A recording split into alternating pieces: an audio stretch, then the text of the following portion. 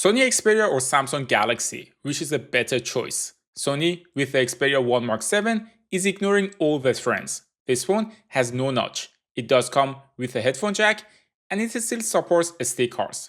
On the other hand, the Galaxy S25 Ultra is the most popular Android flagship phone, with two features you don't find anywhere else: the S Pen and the anti-reflective display. Xperia belongs to Sony, and one would say Sony is a camera company and should perform better than Samsung, which is using Sony sensors, and we are going to put that into the test. This is Mo, welcome to TechMo, and today we are going to compare the Xperia 1 Mark 7 versus the Galaxy S25 Ultra, and this video is being sponsored by Squarespace. With a Squarespace, you can create your own website in a matter of minutes. The Xperia has a no-notch design with bezels on the top and bottom of the screen. The screen is 6.5 inches, which is small by today's flagship standards. The back is super grippy with a nice texture, and there is an ultra-wide, a wide, and a continuous zoom camera there. We still get the nice shutter button on the side, which, unlike Apple's, is very tactile and can also be used as a half shutter for focusing into a subject. This is one of the reasons I was using Xperia phones exclusively until a couple of years ago before switching to Galaxy. And on the top, we get the headphone jack, which is a nice touch. The Galaxy S25 Ultra is noticeably larger. It is 20 grams heavier, and the screen is 6.9 inches. There are almost no bezels, and the screen has a higher pixel density, and is also anti-reflective. The frame is made of titanium, and there are 4 cameras on the back. Of course, you have your classic S Pen on the bottom of the device too. Even though the screen of the Xperia is smaller than the Galaxy, the phone is almost as tall because of the bezels. But the width of the phone is less, which makes it easier to grip. Those few millimeters definitely have an effect on making the Xperia easier to handle. The Xperia has a fingerprint scanner on the side, which is rather nice place for it. On the other hand, the Galaxy has an ultrasonic fingerprint scanner, which also works perfectly. Both the screens, based on my experience, get bright enough on a sunny day. The Galaxy is usually a little bit darker though on the auto brightness mode. The reason is the anti-reflective properties of the screen, and most likely Samsung simply tunes down the brightness since visibility is still enough. One interesting thing I noticed is that the colors on the Xperia are punchier on the display in the default mode. Of course, on both phones, you can choose different modes that make the colors more natural. But if you don't change the settings, you get more vivid colors on the Xperia. For example, look how deep the pink is here. For software, the Xperia is running the vanilla version of Android 15, while the Galaxy is running OneUI 7, a skin of it. They share some similar features. For example, on both of them, you have the sidebar, which I find highly useful for accessing recent apps or quick settings. Of course, they are both Android, so you can hold the power button to activate Gemini to ask any question, like how is the weather, or ask more personal questions and make it into your friend or therapist. Not that I do that myself. But the Galaxy is, of course, much more feature-rich. For example, you have writing assist tools where you can select any text in any app and summarize it, fix the grammar, or translate it. Overall, Xperia is for people that want a bloat-free, simple experience, while the Galaxy is for folks who want to have as many features as possible on a phone. They also both have Circle to Search, as Google rolled this feature out for all Android devices, and you can simply search for pictures with Google. The Xperia right now is a bit buggy. For example, when I open the wallpaper, it crashes, which is not nice. Or when I open the keyboard, sometimes it just hangs there and not disappear. I'm sure they are going to iron it out over time, but generally expect a bit more bugs on the Xperia. I'm talking from experience. For pictures, both phones offer multiple picture profiles and filters with their unique colors. For the Xperia, you also get a filmic option. On the Galaxy, you have more options, and you can even define your own preset. For the sake of comparison, I'm shooting on the standard profile on both phones today. Before starting the camera comparison, I wanted to say that I uploaded the background pictures on the phones and some of the pictures I took today on my website that I created with a Squarespace called TechMo Wallpaper. I built it with a Squarespace in just a few minutes. The link is in the description so you can download them for free. With Squarespace, you can start with the Blueprint AI and build a website super quickly and efficiently in just a few simple steps. The website building tool is incredibly intuitive and you don't need any experience. Everything is just drag and drop. You can also make some of the content on your website members only and monetize it. Plus, you can sell your online courses, blog posts, and videos without any hassle. They have award-winning templates that are completely free. Go to squarespace.com for a free trial, and when you are ready to launch, go to squarespace.com/techmo to save 10% off your first purchase. You are gonna love it. Both phones have a similar main lens sensor size, but on the Galaxy, you have a lower f-stop, meaning you get more light and a more blurry background. In terms of processing, the Galaxy tends to make the photo more vivid with a touch of yellow tint to it, while the Sony is half a stop overexposed here and couldn't retain the highlights on Nina's hair well. The same goes here. Also, the Sony has a bit of an orange tint on Tanya's face and is a tad more exposed. In this photo, I decreased the exposure a bit, but still the orange tint is persistent on Tanya's face. For video, this is Nina in this specific lighting for reference, and I took this video using my Sony FX30 cinema camera. We are also testing the microphones now. What do you think about studying computer science? I love it a lot. Like, it's hard. I'm not coming like from a computer science field, so it's like I started and it was really overwhelming. But then once I got into it, I had a couple of friends helping me. I have ChatGPT, don't tell anyone. So I've been really enjoying it actually. And also I'm almost done, so. I should say in the last footage, the Sony did better and looked less like footage taken by phone. Similar in this footage, the Sony is getting my skin tone better. On the other hand, the exposure shift on the Sony is rather terrible and very distracting. You are probably better off using Pro mode and fixing the shutter speed, but not everyone wants to do that. The Galaxy has two telephoto lenses, a fixed 3x zoom and a fixed 5x zoom. The Sony has a continuous 3.5 to 7.1x telephoto lens. This photo is taken at 3.5x zoom and the Galaxy is making a natural looking picture. But on the Sony, Tanya's face is over sharpened. The bokeh is the same since at this zoom level, they have a similar sensor size. Even though the Galaxy maybe did better HDR here, I actually prefer Nina's photo on the Xperia compared to the Galaxy. The skin tone is better processed and it gives a nice contrasty film looking vibe. Zooming to 5x, the Galaxy gets a visible quality bump since the sensor becomes larger. The Xperia is, in my opinion, overprocessing the photo here and adding too much artificial sharpness. At the end of the zoom lens, at 7.1x, the Sony is doing a bit better again.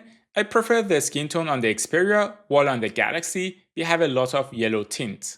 When it comes to video, unfortunately, even though on paper the Sony should be able to do a better job since the zoom is continuous, I don't really see a benefit here, and I feel it makes more sense to have just one large fixed telephoto lens. Also, the stabilization is not great on the Sony compared to the Galaxy. On the other hand, the Galaxy isn't focusing on the bird at all. And when we zoom further, like 10x, the Galaxy does process the photo more, but it is not necessarily a bad thing. As you can see here in this 20x zoom picture, the processing makes the photo more usable on the Galaxy. The Sony picture is soft in comparison and also blurry due to the poor stabilization. Both phones have a brand new ultrawide lens, but the Xperia's sensor is much larger. That means you get nicer bokeh and a blurrier background with it. The Sony processing is more contrasty on the ultrawide lens, and this time the Xperia has a yellow tint and warmer white balance. It is maybe even a bit too yellow, as you can see in this picture. On the other hand, the Zeiss glass on the Xperia is doing great with flare management. On the selfie camera, the Xperia has a visible magenta and orange tint, while the Galaxy S25 Ultra leans more towards green. One area where the Xperia does much better is in telephoto macro shots. Here it is not even a competition, and Sony is simply creating a better picture optically. I know, like always, a lot of comments are going to say that I should use Pro Mode on the Xperia to get the true power of the phone, but I simply don't agree. The sensors on phones are tiny, and if the phone isn't able to process the photo properly with good HDR and other computational photography tools, it is almost impossible to save it later since the smallest sensor has the worst dynamic range. For example, I took this picture in normal mode, and as you can see, the Xperia is struggling to expose the subject correctly. To be fair, it is a very difficult scene due to the high contrast in lighting. I took this photo on the right using Pro Mode, trying to expose as well as I could for the highlights and shadows, and even spent time in Lightroom to edit the photo and give it a filmic look. At the end of the day, we should note that the Xperia team is small, and it is unlikely they can compete against waves of software developers working for Samsung and Apple to tweak their cameras. This is simply the network effect. The more people use a product, the better it becomes, and this happens often with digital products due to R&D investment. I'm not saying Sony is bad at processing photos. You may even prefer it over Samsung, but I'm saying it is not a point and shoot.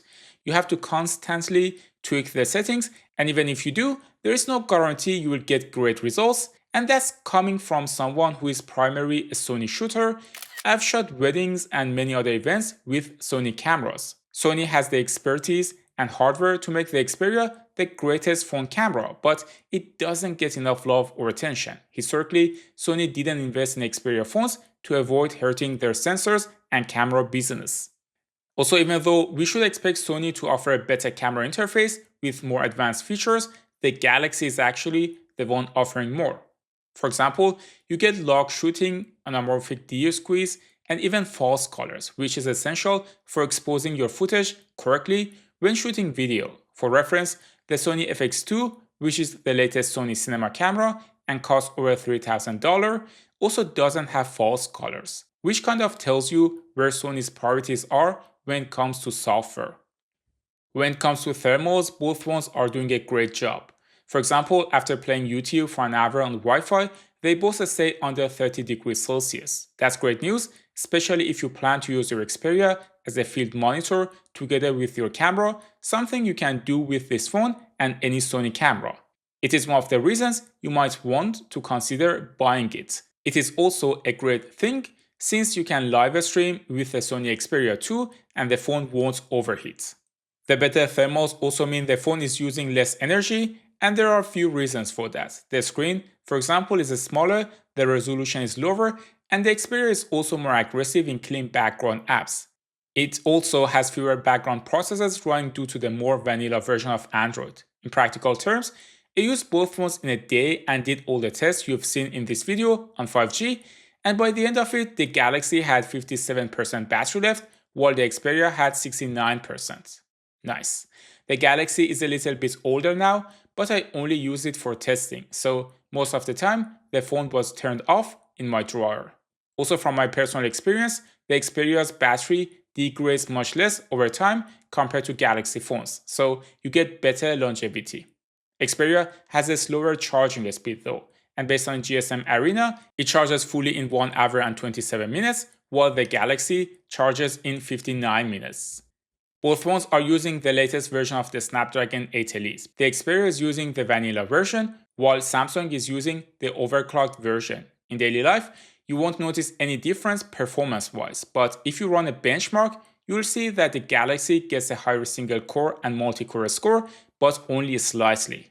Also for gaming, they should be almost on par. The Xperia wildlife test gets 35 frames per second on average, while the Galaxy gets 37. It is not a huge difference, and since the Galaxy gets hotter faster or an extended period of time, the Xperia may even perform better. There are other considerations that Sony took into account when making the Xperia a creator's tool. They support expandable memory, which is absolutely great and makes it easier to transfer files. Especially with my Mac, I was a struggle transferring files from the Galaxy. The SD card is also very accessible. You don't need any tool to open the SD card slot, which is bundled together with the SIM card. And they also have a headphone jack in case you want to monitor the sound, for example, when shooting video. I'm not a sound engineer and I'm by no means an expert, but using my Sennheiser, which is 120 OEM, the sound was super clear, crisp, with great bass. Let's also test the speakers.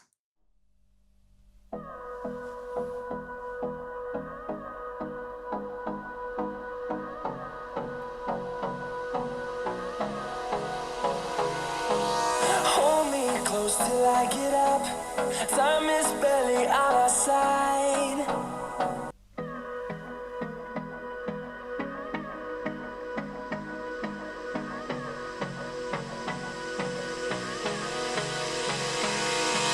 Hold me close till I get up, time is barely on our side. To me, it is obvious that the Galaxy is the more value for money device. It gives more software features, better support, a better zoom camera, and it is also cheaper, has better resale value, and you get better long-term updates. On the other hand, the Xperia 1 Mark 7 is a unique phone.